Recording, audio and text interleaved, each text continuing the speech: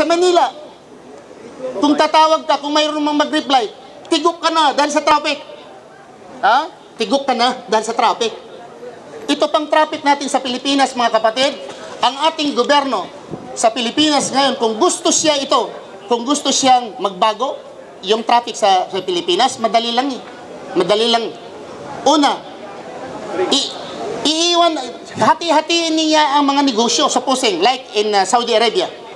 Sa Saudi Arabia, all embassy sa Saudi Arabia, saan ang embassy sa Saudi Arabia? Nilagay sa Riyadh. Okay? In fact, walang dagat ang Riyadh. Ang dagat, supposing ang mga embassy dapat nandoon sa may dagat. Kasi sa communication and business. All main offices, all business in Saudi Arabia, lahat ng negosyo sa Saudi Arabia, main office nila sa Riyadh. Sa Riyadh. Bakit? Kaya kung ilagay nila sa Jeddah, ang main business, main offices na business, ilagay nila sa Jeddah, at ilagay nila mga embassy in Jeddah. What happened in Jeddah?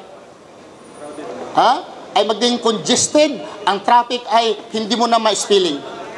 Kung sana, kung hindi pa itong sakimba, sa kapangyarihan, ang negosyo niya ay ilagay dito sa ilagay niya sa Maynila. Main offices sa Maynila. Embassy sa Maynila. Lahat ng negosyo, approval kahit sa Maynila. Ano pa? Tatanggal sa... Pati yung mga main office sa Iglesia ni Cristo. Main office ng Iglesia ni Cristo, Manila. Main office ng Seventh-day Adventist, saan? Maynila. Saan mga main offices sa Maynila? Ang negosyo, anong mangyari? So, paano masolusyonan?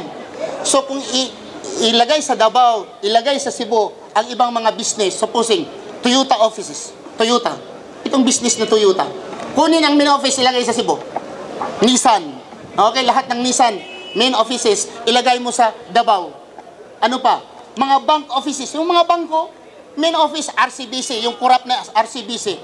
Lahat ng mga Philippine Insurance, whatsoever, insurances ang bangko. Ang main office in Manila. If those main offices, nilagay nila sa Cebu, nilagay sa Cagayan, nilagay sa saang big cities in the Philippines, ang congested, ang traffic sa Maynila ay mabawasan. If they could not solve simple problem, how can they resolve the biggest problem? Example, yung shabu. Paano masolusyonan ang shabu? Ang shabu, pag nahuli niya ang tulinada, hinuhuli ang shabu, saan ibigay? Pag nahuli ang shabu, saan ibibigay? Tinatawag nila sa pidiya. Sa pidiya nila ibibigay ang ilang tulinadang shabu. Alam mo ba, nalimutan ko last year na mayroong census, tinitingnan ang nahuli ng mga shabu ay kulang. Kulang ang ilang tulinada, ilang kilogram, kulangan. Kulangan ang nandoon na sa bangko, nakabult pa, nandoon sa pidiya, ay nawala ang mga shabu. At nalalaman natin na may mga syabong, mga tiyangge, ang nagpalikod nito ay mga pulis din. Bakit pag makahuli ka ng shabu, tulinada, bakit hindi mo tawagin ang media? If I'm the president or the inside ng PDEA, pag nakahuli ng ilang tulinada, immediately, call all the media at lagyan ng gasolina, sindihan. Diba? Simple solution. Sunugin mo kaagad yung sunugin mo kaagad ng shabu. Bakit ibang ko mo pa? Para yung mga kurap ng sa PDEA ay magkakapira sila. Kung hindi man kayo makasunog, hindi mo kayang sunugin, itapon mo sa itapon mo sa dagat. At least naman lang yung mga katulong, yung mga kwan doon, mga bugaong doon, makakain, mga tilapia. Pag nalasing sila, kinabangan mo pa, mahuli mo pa yung mga tilapia o yung mga isda dito pag nalasing sa drugs. Ihulog mo sa dagat. O susunugin mo. Bakit mo ibang ko? Yung mga PDEA, hindi naman anghel eh. Yung mga official natin sa PDEA ay mga anghel sila lahat. Wala bang kurap sa kanila nga kumukuha sila diyang naipon dyan at binibinta? Snatcher. Anong solusyon sa snatcher? Very simple. Hindi ako nag-aral ng criminology. Okay? Hindi ako nag-aral ng criminology. Pero simple solution. Snatching. Snatching, Snatching. Hindi niya masolve. Paano isolve? Di ba kayo nahihiya? Oy, mga pulis, makinig kayo sa akin. Snatching, kung ako mag-solve sa snatching, very easy. Magpagawa ako ng decoy, mga babae, mga black belter. Ha? Decoy, mga babae black belter, ng mga pulis. Magtawag-tawag sila nila doon. Ha? Pag may hablot, black belter, mga babae, di huli sila lahat. Ha? Magpagawa ng decoy, yung ibig sabihin, magpa-sibilyan sila. Kalukuhan, maraming lugar ng mga mandudukot. Nag-uniform kayo. Paano nyo mahuli? Kung ako ang mangdurukot, kung ako ang drug pusher, naka-uniform kayo, hindi ko kayo makikita? Nandoon naman sila, sabi nila, yun daw ang bypass operation. Bypass operation. Sabi nga nila, ang bypass operation, ang sinisigaw ay hindi naman talaga totoo. So, yun ang problema sa atin mga kapatid. Corruption. Bakit nandito tayo sa abroad? Dahil sa corruption. Dahil sa kasinungalingan nila. Nag-asinso na daw ang Pilipinas. Sa buong mundo, wala nang number 1 na exporter of human being. Ang ibang bansa like Japan, sasakyan in-export.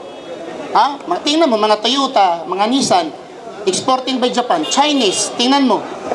Mayroong ini-export ang mga Malaysian. Mayroong ini-export. Anong i-export natin? Anong in-export tayo mga Pilipino? Anong in-export natin? Mga burikat. Prostitute. I-exporting prostitute. Bago sa Kuwait, di ba? Almost 1 dozen. Nahuli prostitute. We are exporting prostitute. Another thing. Pina-export sa atin. Sabi na saging. Imagine kawawa naman, saging. In-export. Yung banana, senyorita, Philippine yan. Ano pa? Yung mga gulay natin i-export. Kahit nga tissue paper, wala tayo. Ang export natin ay mga tao, human. We are exporting human exporter. We are called human exporter. Ang na-export sa Pilipinas, number 1 ay tao. Ang ibang bansa, kumukuha sila ng tao para magtrabaho. Kumukuha. That's why, ang karamihan sa atin sa Pilipinas, bakit? Kung may utak kang nga doktor, may utak kang nga doktor, ang kinukuha, ang Amerika, kukunin niya ito, number 1 itong na Dr. Wise. Di ba sa atin, mga weather bureau sa atin? Mga weather bureau ay kinukuha. Nandito sa Qatar, number 1 nga weather bureau, nandito. Jimmy Crow, sa television, ang kasama ko dito. Number 1 sa television nga cameraman, nandito.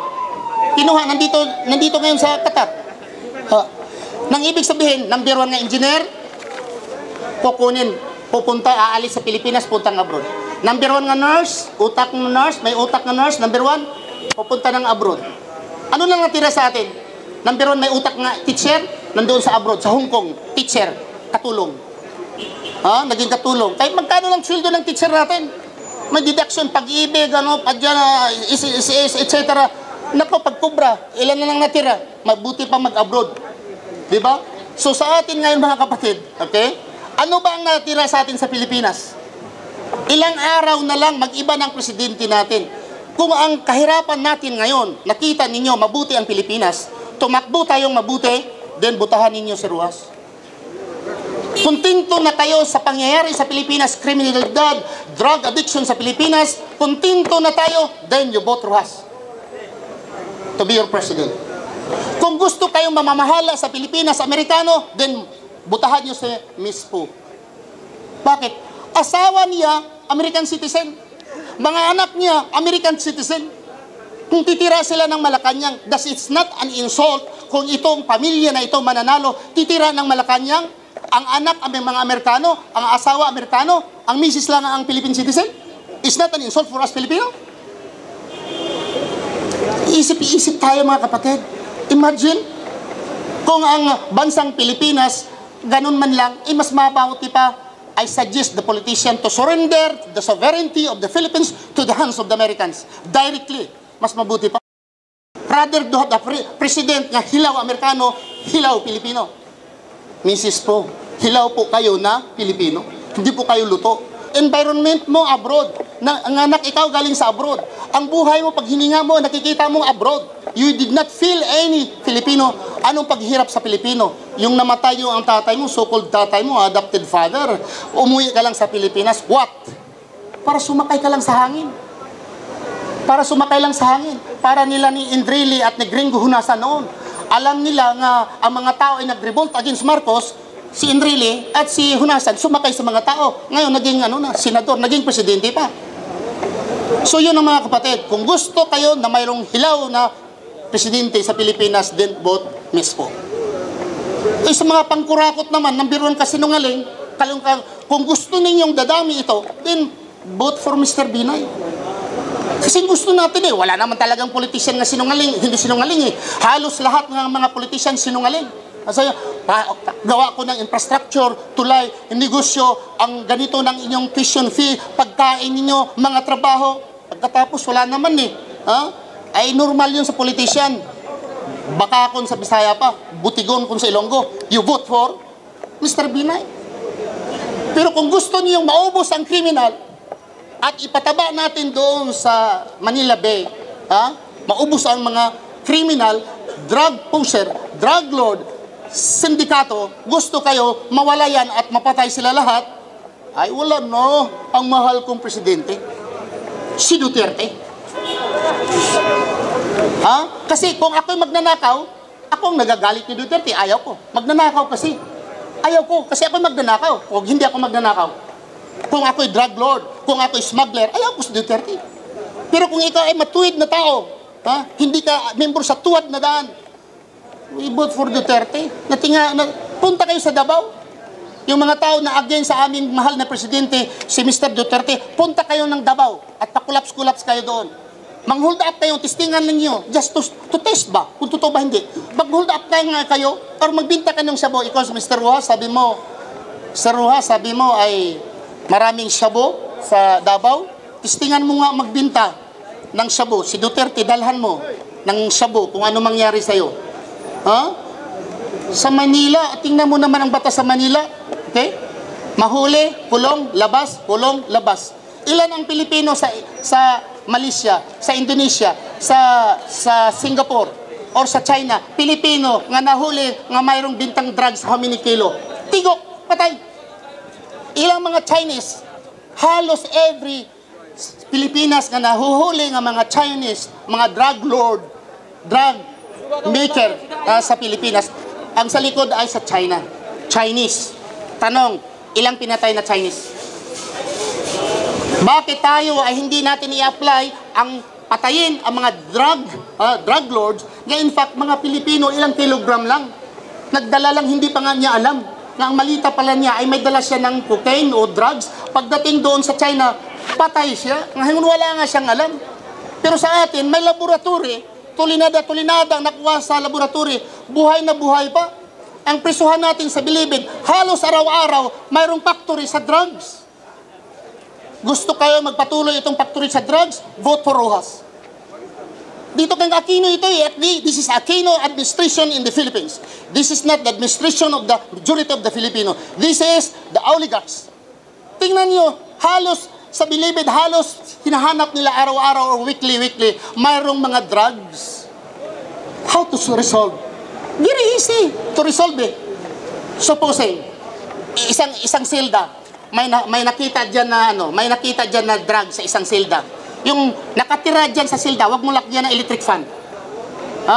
Wag mo ang pagkain instead na 1 kilo in 1 day, gawin mo 1/4 na lang. Wag mong patayin. Bigyan mo ng pagkain, kunting pagkain, na instead 1 kilo sa isang araw, ang silda ninyo nahulihan ng drugs. Okay, pagkain nyo sa isang araw, 1 kilo dito, gawin ko na lang 1/4 kilo. Hindi naman mamatay. Ang tubig ninyo ay 2 galon sa isang araw, gawin ko na lang 1 galon para maliksyon kayo. Pero kung sino magsumbong sa inyo, instead 10 years, gawin kong 8 years na lang. Kung sino magsumbong, nandun sa silda, kung sino magsumbong nga ganito, ilipat ko siya sa ibang silda, kung ang sentensya niya ay